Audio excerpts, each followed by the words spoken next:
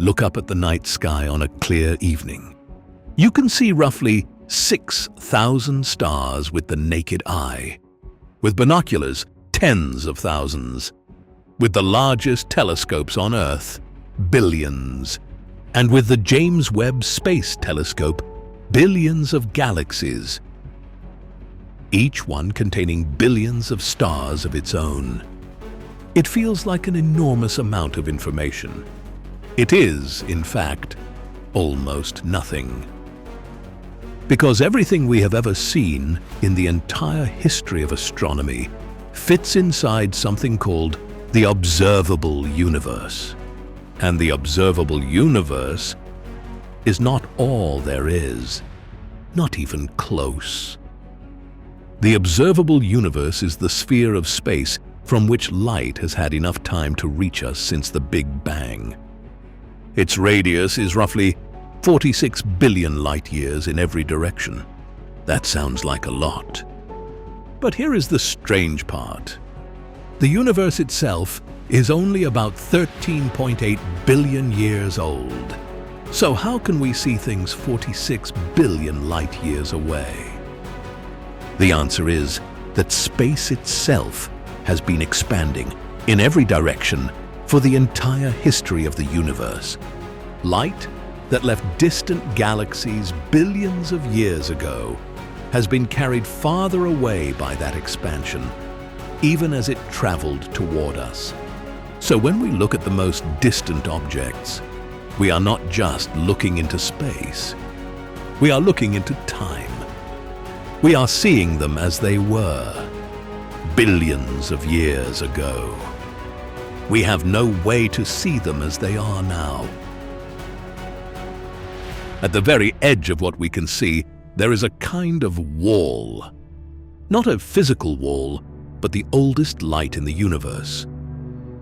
It is called the cosmic microwave background. It was emitted about 380,000 years after the Big Bang, when the universe finally cooled enough for atoms to form, and light could travel freely for the first time. Before that moment, the universe was a thick, opaque plasma, and no light could escape. Which means everything before that 380,000-year mark is, in principle, invisible to us. We cannot see it. We can only deduce it. The cosmic microwave background is, in every direction, the limit of what telescopes can show us. A horizon made of light from when the universe was younger than most living things on Earth. And yet, even inside that horizon, most of what exists is invisible to us. Almost everything in the universe is made of stuff we cannot directly see. Galaxies, stars, planets, dust, gas, your body, this video, the screen you are watching.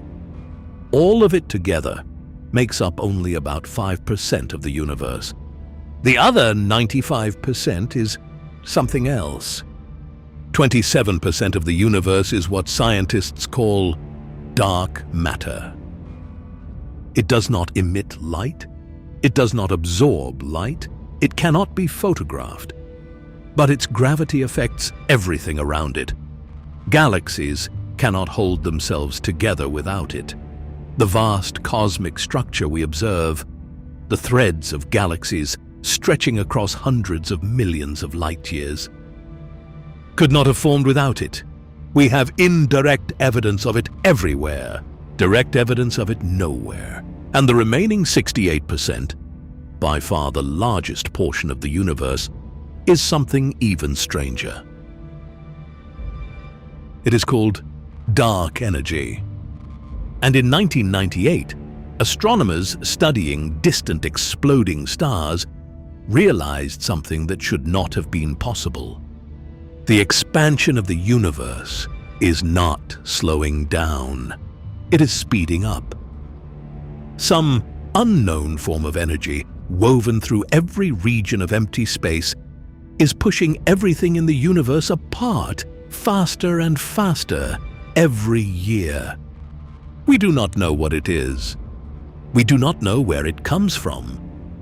We do not know whether it will keep accelerating, change strength, or eventually reverse. But we know what it means for the future. Because as the expansion accelerates, more and more distant galaxies will eventually move away from us faster than the speed of light. Not by traveling that fast through space, but by being carried away by space itself. And once they cross that threshold, their light can never reach us. Think about that for a moment. In a few 100 billion years, future civilizations looking up at the sky will see almost nothing. Their own galaxy, maybe a few neighbors, and then darkness. The vast scaffolding of the universe, the billions of other galaxies we currently know about, will be gone, not destroyed. Just out of reach, beyond the horizon. The universe, in a real sense, is fading. And we may be living in one of the only periods in cosmic history when the night sky still tells us how vast everything really is. Even now, the observable universe is almost certainly not the whole story. Cosmologists believe the actual universe, the part beyond what we can see, is likely far, far larger. Possibly enormously larger. Possibly infinite. Some hypotheses go further still. They suggest our entire visible universe may be one of countless bubbles in a much larger multiverse. Other regions with different physics, other spacetimes with different rules. None of this is proven. Most of it cannot, in principle, even be tested. But the lesson is clear. We do not live in the center of a finite universe. We live in a small, lit corner of something much larger that, by its very nature, hides itself from us. The night sky looks crowded. The truth is that the night sky is the smallest possible window into a reality we will probably never see in full. 5% of the universe is the stuff we have learned to study. 27% is something we suspect exists, but cannot directly observe. 68% is something so unknown that the word we use for it is just dark. And the universe itself, beyond our little 46 billion light-year bubble, may be larger than any number we can ever invent. We are not in the middle of everything. We are in the middle of what we can see.